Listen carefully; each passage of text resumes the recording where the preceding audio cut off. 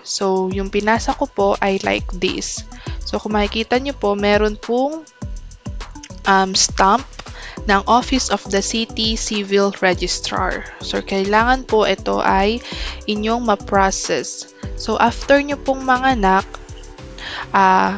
yung pong inyong kasama sa hospital or your husband or your mother, sila po yung mag-aasikaso ng papel ni baby. So, dapat po, after nyo po manganak ay ipasa po yung mga requirements na kailangan, and then kapag po nakuha yung certificate of live birth, kailangan po nilang pumunta sa munisipyo para po magpa-stamp ng LCR.